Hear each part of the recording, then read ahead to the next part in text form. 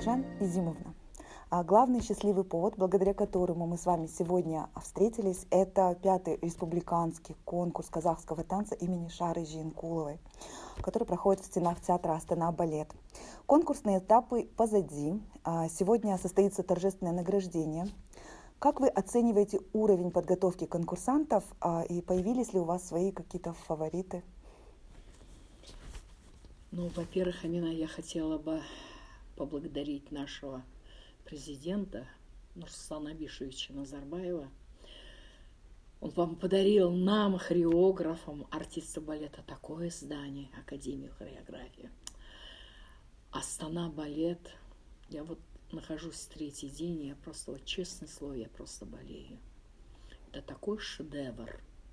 И я считаю, что счастливые дети, которые сейчас здесь. Мне кажется, что это в мире, я не побоюсь, потому что я почти в 52 странах мира гастролировала. Мне кажется, это, наверное, единственный такой дворец хореографии Академии. Это у нас в Казахстане. Я еще раз, пользуясь этим моментом, хочу поблагодарить Нурсултана Абишевича, что он сделал для наших детей, для людей искусства такой подарок. Потому что все-таки балет – это тоже лицо нации. Я была председателем жюри 4-го международного конкурса Республики Шары Жиенкуловой. Конечно же, мастерство, постановки балетмейстеров выросло намного. Великолепные костюмы. Просто я отдыхала. Спасибо. 2 дня, пока проходил конкурс, мы наблюдали различные постановки современных казахстанских хореографов. Как вы относитесь к стилизации народного казахского танца? Именно вплетение элементов в стиле модерн в танцы, элементы даже акробатики, вообще смешение этих стилей современного танца и народного танца. Знаете, у нас сегодня был круглый стол, и мы очень долго спорили. Кто-то говорит нет, что-то. Я, например, за современные танцы.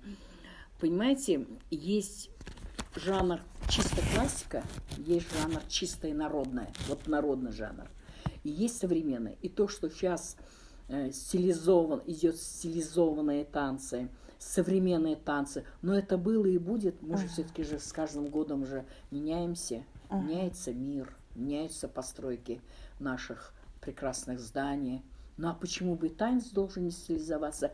Другое дело, когда конкурс идет именно народные танцы, тогда надо строго придерживаться народному жанру. Но когда это современные танцы, это одно.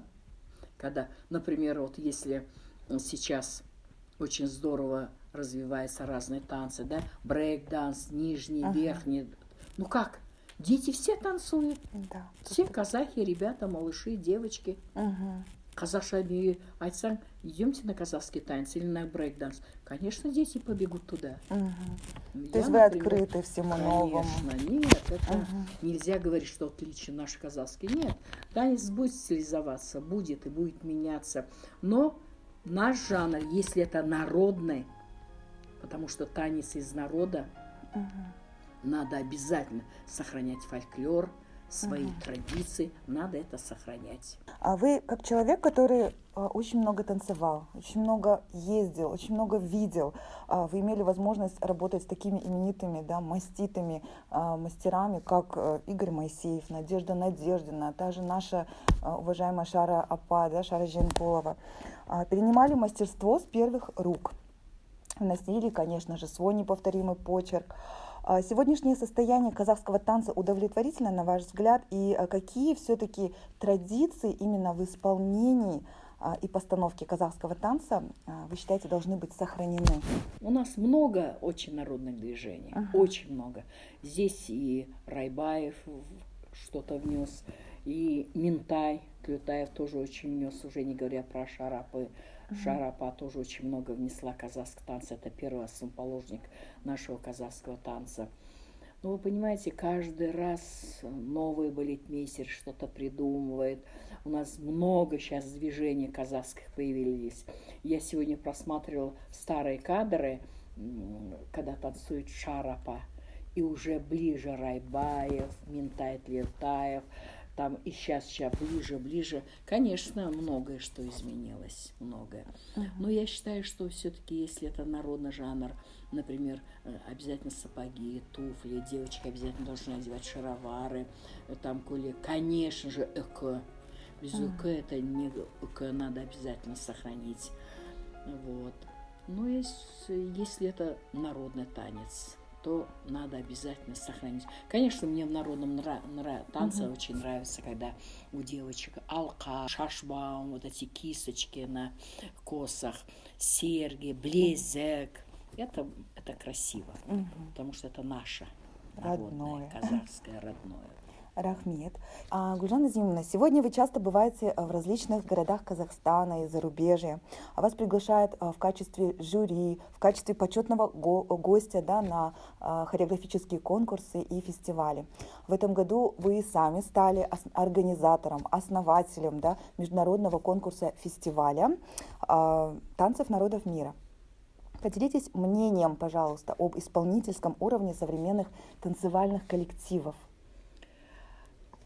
Я проводила конкурс танцев народов мира солисток.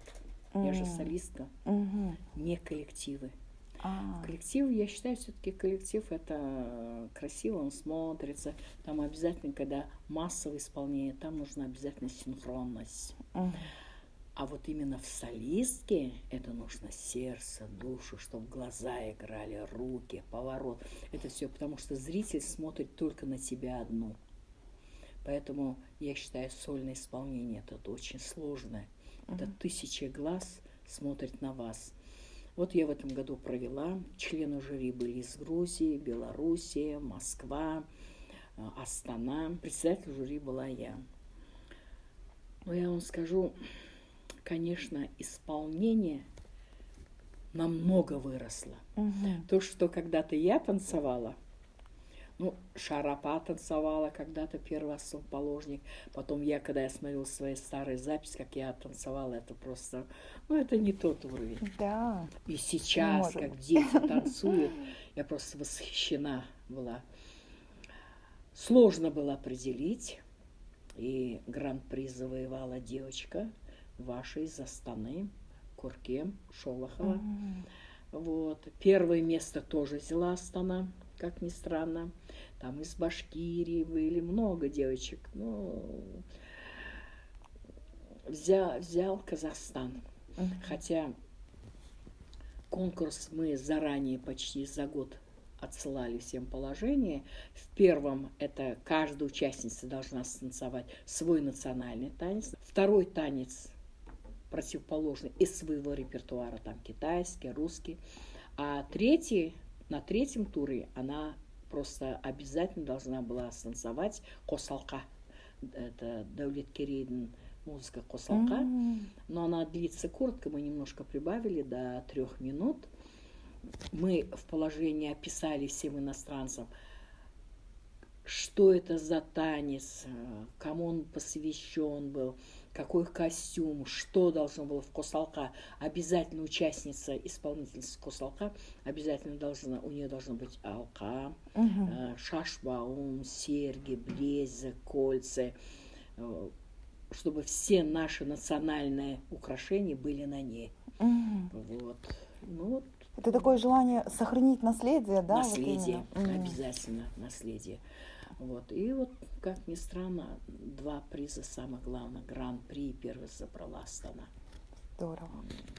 Девочки, конечно, старались, много детей было, очень много. Конкурс прошел на очень высоком уровне из Грузии, из Белоруссии, из Москвы. Члены жюри были очень довольны, они прямо были восхищены, что в Атрау это такой уровень. Очень много гостей я пригласила с Алматы, с Астаны, с ансамбль Гульдер, когда я раньше танцевала. Девочки. В общем, я где-то 25 человек пригласила. Гульжан Назимовна, назовите свой любимый танец. У вас был такой любимый танец? Ой, любимый танец. Любимый образ, быть может. Вы понимаете, вот я, например, большой успех всегда имела, когда я танцевала «Алмазный фазан». Это поставил мне Элеонора Николаевна Григорова, это педагог Махмуда Исамбаева, народный артист Советского Союза. русский танец, который мне поставила Устинова, Кыскул, который мне поставила Топалова. Ну, просто потрясающий там танец. Вот я не знаю, я все танцы люблю. Каждый Не танец, было любимого. каждый танец, он как-то по-своему любим. Каждый танец по-своему принимал зритель. И, конечно, каждый танец я, когда танцевала, ну, какое-то идет же, оно же идет же от сердца, с какой-то, где-то с радостью. Вот Еркебала, например, очень интересный танец, Еркебала. Удивительный танец, что когда я танцевала, помню, в аулах, детишки так реагировали. А вот русский танец, у меня очень красивый русский танец был. Это мне поставили в Москве, костюмы шили в Большом театре. И когда я танцевала, там есть момент, как будто я как на колесиках еду. Так маленькие детишки, вот когда я не только же во дворце танцевала, но я же выезжала и в народ, в сельские, в аулы. Так дети подходили к сцене и смотрели, говорят, там, может быть, у меня коньки одеты, что это вы так проплывали? Да, я вот плыла там, в танцы плыла. Так дети всегда подходили к сцене и смотрели, может быть, у меня такое, а все равно не видно же. Вот, так что каждый танец по-своему очень хороший, прекрасен. С каждого танца это пережито было, пережито. Уже репетиция, это не только надо было станцевать, но это еще вкладываешь сюда душу. Преподаватели всегда говорили, Булат Газиз Чайханов часто говорил, без сердца не станцуешь, тем более солисты. Конечно. Обязательно нужно, чтобы зритель поверил в этот танец. Да. Спасибо. У нас есть такой краткий блиц-опрос, мы его задаем всем нашим гостям. Хорошо, мне интересно. Первый вопрос такой. Что для вас любовь? Любовь, первое, это для меня семья. Любовь – это мужчина. Без мужчин, мне кажется, нет любви. И любовь – это когда очень искренне, очень с теплотой смотришь на этот прекрасный мир, на ребенка, даже на кухню, даже на ту еду, которую ты приготовила с любовью, на любимого человека, на любимую подругу. Даже когда я иду по улице и вижу красиво одетую женщину или молодого человека, или девушку, я с любовью вижу, как он красивый, я обязательно ему скажу, что это красиво, прекрасно. Поэтому любовь – это такое очень большое такое слово. Любовь можно найти везде. И в детях, Сейчас любовь, например, я во внуках своих нахожу. У меня такие очаровательные внучки сейчас. Иман, Лейли, дочь. И вот недавно, перед отъездом, у меня родился еще внук, Алдияр. Ну как такая любовь? Конечно. Спасибо. Следующий вопрос. Как нужно проживать каждый свой день? Я проживаю вот так вот. В жизни всякое бывает. Бываешь и поругаешься с детьми, поссоришься, чем-то ты недоволен. У меня 10 лет лежал муж очень сильно больной, парализованный.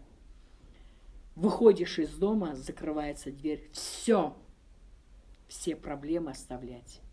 Только улыбка, только доброжелательность. Почему? Потому что у каждого человека, у каждой вашей подруги, у каждых ваших друзей на работе свои проблемы.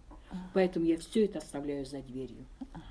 Спасибо. И очень позитивно смотрю на эту жизнь. Спасибо. Следующий вопрос. Если бы у вас была волшебная палочка, как бы вы ею воспользовались? Как бы я ею воспользовалась бы? Я хочу, чтобы мои дети,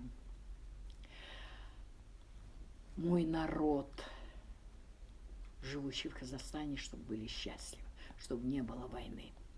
Я вот вижу, что творится на Украине, что творилось в свое время в Грозном. Я была неоднократно в Грозном.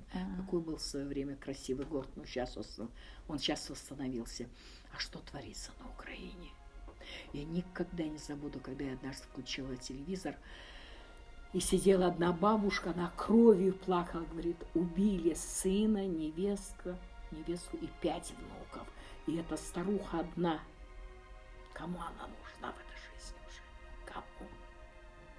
Как она будет дальше жить? знаю, поэтому для меня спокойствие, мир на моей земле – это самое главное для меня.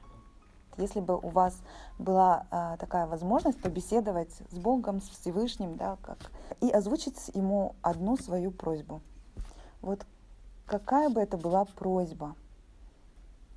О чем бы вы попросили Всевышнего?